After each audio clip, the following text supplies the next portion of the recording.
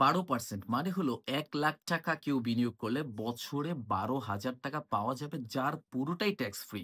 পাশাপাশি আপনারা যখন ইন্স্যুরেন্স পলিসি কিনেন তখন মারা গেলে একটা নির্দিষ্ট অ্যামাউন্ট ইন্স্যুরেন্স কোম্পানি থেকে পাওয়া যায় না। ঠিক একইভাবে এই বন্ডে বিনিয়োগ করার কারণে আলাদাভাবে ইন্স্যুরেন্স করতে হবে না। যদি কেউ বিনিয়োগ করার পরে মারা যায় তাহলে তার পরিবার ৫,০০,০০০ টাকা পর্যন্ত এরকম একটা সুবিধা পাবে। এছাড়া বিনিয়োগ করার পরে আপনার যদি তাৎক্ষণিক টাকার প্রয়োজন হয় তাহলে আপনি যত টাকা বিনিয়োগ করেছেন তার ৭৫% পর্যন্ত আপনি ঋণ নিতে পারবেন ব্যাংক থেকে। তো এরকম একটা ইনভেস্টমেন্ট অপরচুনিটির সাথে আজকে আপনাদেরকে পরিচয় করে দেব।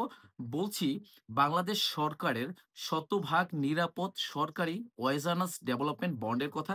অনেকেরই ভুল ধারণা আছে যে এই বন্ড শুধুমাত্র প্রবাসীরাই কিনতে পারে। বাট বাস্তবতা হলো প্রবাসী ছাড়াও আরো বেশ কিছু ক্যাটাগরির লোক এই বন্ডে বিনিয়োগ করতে পারে। তো আজকে আমি আপনাদের সামনে তুলে ধরবো যে কারা, কারা এই বন্ড কিনতে পারে, এই বন্ডে বিনিয়োগ করলে আর কি ফেসিলিটি পাওয়া যায়, কি ডকুমেন্ট গুলা লাগে এবং কোথা থেকে এই বন্ড আপনারা কিনতে পারবেন। তো অনুরোধ করছি পুরো ভিডিওটি দেখার জন্য এবং যদি ভালো লাগে অবশ্যই লাইক, কমেন্ট এবং সাবস্ক্রাইব করে এবং ভিডিওটি শেয়ার করে সবার মাঝে এই তথ্যটা আপনারা পৌঁছে দিবেন। আমি মোটা দাগে ৫টা ক্যাটাগরিতে ভাগ করেছি যারা বিনিয়োগ করতে পারবে। প্রথমত হলো ১ নম্বরে প্রবাসীরা যারা বিদেশে তাদের পরিশ্রম বিক্রি করে ফরেন কারেন্সি আর্ন করে তারা তাদের নিজের নামে এই বন্ড কিনতে পারবে। দ্বিতীয়ত হলো ওই রেমিটেন্স তারা বাংলাদেশে যাদেরকে পাঠায়, মানে এই রেমিটেন্সের যারা সুবিধাভোগী, এই সুবিধাভোগী ব্যক্তিরাও এই বন্ড কিনতে পারবে। ৩ নাম্বার পয়েন্ট হলো প্রবাসীরা তাদের আবেদনে যদি কোনো ব্যক্তিকে নমিনেট করে দেয় যে সে চাইলো যে আমি আমার নিজের নামে কিনতে পারতেছি না, আমি যাদেরকে রেমিটেন্স পাঠাই তাদের নামেও আমি কিনতে চাই না এই বন্ডটা, বাট আমি চাই আমার একটা বন্ধুর নামে বা আত্মীয় স্বজনের নামে বা আমি একটা ব্যক্তিকে ট্রাস্ট করি তার নামে আমি এই বন্ডটা কিনতে চাই, তাহলে সে কিন্তু তার আবেদনপত্রে সেই ব্যক্তিকে নমিনেট করে দিলে সেই ব্যক্তির নামে এই বন্ড কেনা যাবে। ৪ নাম্বার পয়েন্ট হলো বাংলাদেশি কিছু মানুষ আপনার পাইলট, কেবিন ক্রু বা মেরিনার হিসেবে বিদেশি আপনার বিমান বা আপনার ধরেন শিপিং কর্পোরেশনে চাকরি করে। তখন তারা সেখানে যেই ডলারটা আর্ন করে সেই টাকায় কিন্তু এই বন্ডে বিনিয়োগ করতে পারবে। সর্বশেষ ৫ নাম্বার ক্যাটেগরি হলো বাংলাদেশের সরকারি, আধা সরকারি অথবা স্বায়ত্তশাসিত প্রতিষ্ঠানের যে সকল কর্মকর্তা কর্মচারী বিদেশে লিয়েনে কর্মরত আছে, মানে বিদেশে গিয়ে তারা কাজ করতেছে, তারা কিন্তু তাদের উপার্জিত রেমিটেন্সের টাকায় এই বন্ডে বিনিয়োগ করতে পারবে। এই বন্ডে বিনিয়োগ করার কারণে আপনি কি ফেসিলিটি পাবেন? প্রথমে আমি রিটার্ন নিয়ে কথা বলতেছি। আমার এখানে একটা শীট আছে। এটা হলো ওয়েজানাস ডেভেলপমেন্ট বন্ড রুলস, যেটা বাংলাদেশ ব্যাংকের ওয়েবসাইট থেকে আমি নিয়েছি। সেখানে আমি দেখতে পাচ্ছি যে কোন ব্যক্তি ১৫,০০,০০০ টাকা পর্যন্ত যদি এই বন্ডে বিনিয়োগ করে তাহলে সে ১২% হারে সে ৬ মাসে প্রতি ৬ মাসে ইন্টারেস্টটা পাবে। মানে হলো আপনি ১,০০,০০০ টাকা বিনিয়োগ করলে ১২% হয় বছরে ১২,০০০ টাকা।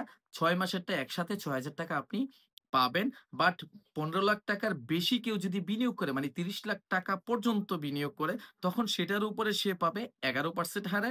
যদি ৩০,০০,০০০ টাকার বেশি ৫০,০০,০০০ টাকা পর্যন্ত বিনিয়োগ করে তাহলে সেটার উপরে সে ১০% হারে পাবে। আর ৫০,০০,০০০ টাকার বেশি যেকোনো অ্যামাউন্ট যদি কেউ বিনিয়োগ করে মানে এটার কোনো হায়ার লিমিট নেই, তাহলে সে ৯% হারে রিটার্ন পাবে। তো এই বন্ডের যে রিটার্নটা আপনারা পাচ্ছেন, যেমন সঞ্চয়পত্রের ক্ষেত্রে আপনারা জানেন উৎসেকর কেটে দেয় ৫ থেকে ১০% হারে। ট্রেজারি বিল বন্ডের ক্ষেত্রেও সেটা ১০% হারে সোর্স ট্যাক্স কেটে নেয়। বাট এই বন্ডের যে ইন্টারেস্ট সেইটা কিন্তু সম্পূর্ণ করমুক্ত। এর উপরে আলাদা করে কোনো ট্যাক্স বা কর দিতে হয় না। ২ নাম্বার সবচেয়ে বড় সুবিধা যেটা আমার কাছে মনে হয়েছে যে এই বন্ডে বিনিয়োগ করার কারণে আপনাকে আলাদা করে আর লাইফ ইন্সুরেন্স পলিসি কেনার প্রয়োজন হচ্ছে না।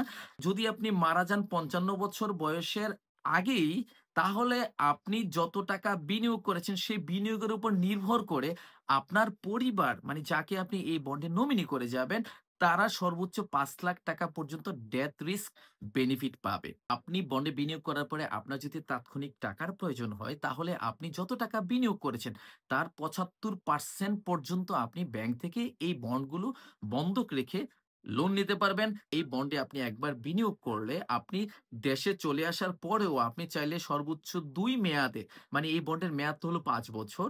৫ বছরে বিনিয়োগ করার পরে আপনি মনে করেন দেশে চলে আসছেন, আপনি আর বিদেশে যাচ্ছেন না। তারপরেও আপনি ২ বার এখানে বাংলাদেশ ব্যাংকের ওয়েবসাইট থেকে যে বন্ড রুলস নিয়েছি সেখানে উল্লেখ আছে যে আরো ২ বার আপনি এটা রিনিউয়াল ফেসিলিটি পাবেন। এই বন্ডটা আপনি কি নিজের নামে কিনতেছেন? না যার নামে রেমিটেন্স পাঠাচ্ছেন মানে সুবিধাভোগী বেনিফিশিয়ারি তার নামে কিনতেছেন? নাকি আপনার কোনো নমিনেটেড পারসন এর নামে কিনতেছেন? এই সকল বিষয়ের উপর নির্ভর করে যে আপনার কি ডকুমেন্ট লাগবে। তবে মেজরলি মানে বেশিরভাগ ক্ষেত্রে যে ডকুমেন্ট গুলা কমন আপনার প্রয়োজন হবে সেটা আমি একটু উল্লেখ করে দেই। প্রথমত হলো আপনার এনআইডি কার্ডের কপি লাগবে। দ্বিতীয়ত হলো আপনার পাসপোর্টের কপি লাগবে, ভ্যালিড পাসপোর্টের। ৩ নাম্বার হলো আপনার যে ভিসা বা ওয়ার্ক পারমিট যেটাকে আকামা বলেন আপনারা, তো সেই পারমিশনের কপি লাগবে। তারপরে আপনি যে রেমিটেন্স পাঠিয়েছেন মানে রেমিটেন্সের টাকায় যে এই বন্ড কিনতেছেন সেই রেমিটেন্সের ডকুমেন্ট গুলা লাগবে।